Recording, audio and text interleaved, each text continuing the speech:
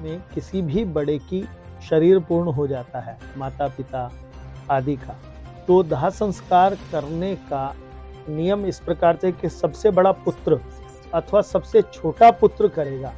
अगर इन दो लोगों के अनुपस्थिति में बीच वाला कर सकता है, या अगर इकलौता पुत्र है तो वो सबसे बड़े वाला पुत्र ही करेगा संस्कार करने का। तो नियम ये है, अगर किसी घर में पुत्र न करने वाला हो तो छोटा भाई कर सकता है, छोटा भाई भी ना हो तो दामाद तक को करने की आज्ञा कही गई है।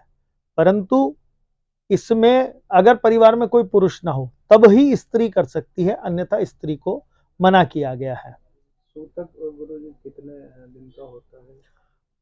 किसी व्यक्ति के दिवंगत होने पर दाह संस्कार करके शमशान से लौटने तक कुल वालों को रहता है सूतक, और परिवारजनों को 11वें दिन तक रहता है। जब 11वें दिन का एकादशाह का पिंडदान हो जाता है, पितरों में मिलान हो जाता है, उसके पश्चात कुल के लोग, परिवार के लोग भी उससे मुक्त हो जाते हैं। परंतु घर में शुद्धि का हवन 13वें दिन जब ब्राह्मण भोजन करा दिया जाता है, तब जाके शुद्धि का हवन किया जाता है।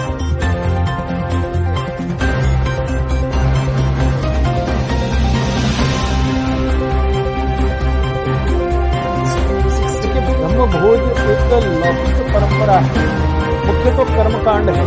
कर्मकांड का अभिप्राय यह है कि जो व्यक्ति के निमित्त 10 दिन के 10 रात्र किया जाता है, 10 पिंड किए जाते हैं, फिर 11वें में जो है की जाती है, जिसमें उसको पितरों में मिलान किया जाता है, क्रिया बोलते हैं जिसे कई लोग, या उसमें सपिंडन बोला जाता है, पितरों में मिलान कहे गए।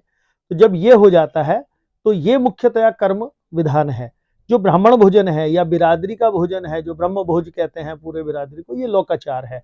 ये तो सारे परिवार या सारे समस्त बंधुगण मित्रगण आदि का शोक सभा आखिरी जो की जाती है, जिसमें रस्म पगड़ी होती है, वो करने का है कि ये आज के बाद इस परिवार का बड़ा हमने इसको मान लिया और आज के परिवार से इसके साथ हम ये शोक में खड़े हैं, परंतु आज से शोक समाप्त हो गया इनके घर में।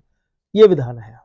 गुरुजी, अगर शास्त्रों की बात की जाए तो ये जो पूरा क्रियाकर्म है दाह संस्कार से लेकर ब्रह्मभोज तक, तो इसके क्या विधान है?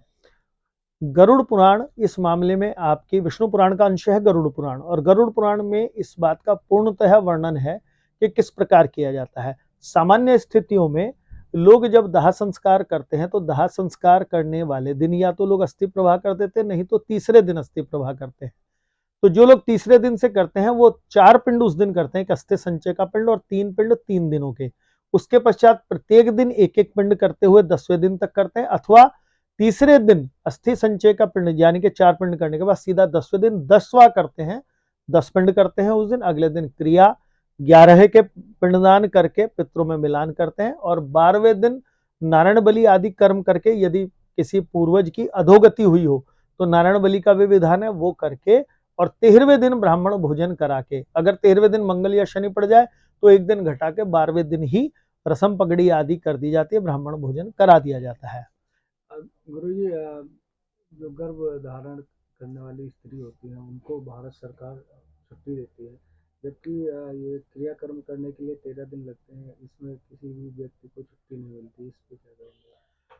देखिए, इसमें एक ये विधान तो बना हुआ है, दोनों चीजें अलग अलग हैं, लेकिन सनातन धर्म की बात करें, हमारा सनातन धर्म लचीला भी है और हमारे सनातन धर्म के नियम अलग हैं। भारत सरकार हिंदू पर्सनल लॉ को तो फॉलो करती नहीं है, उसके अपने नियम हैं, परंतु होना चाहिए। 13 दिन का अगर प्रॉपर अगर आदमी कर्मकांड कर लेता है अपने दिवंगत का, तो उसकी गति भी होती है और वह व्यक्ति भी जल्दबाजी में धर्म का ह्रास नहीं करता।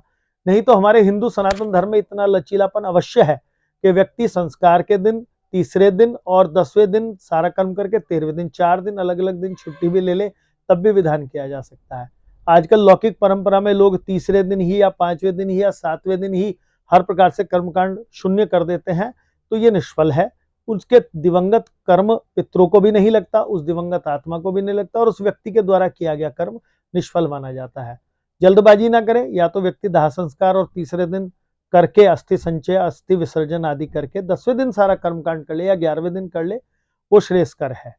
परंतु 5 दिन 7 दिन या 3 दिन में जो कर्मकांड लोग कर लेते हैं, ये शास्त्र विरोध है, ये शास्त्र सम्मत नहीं है।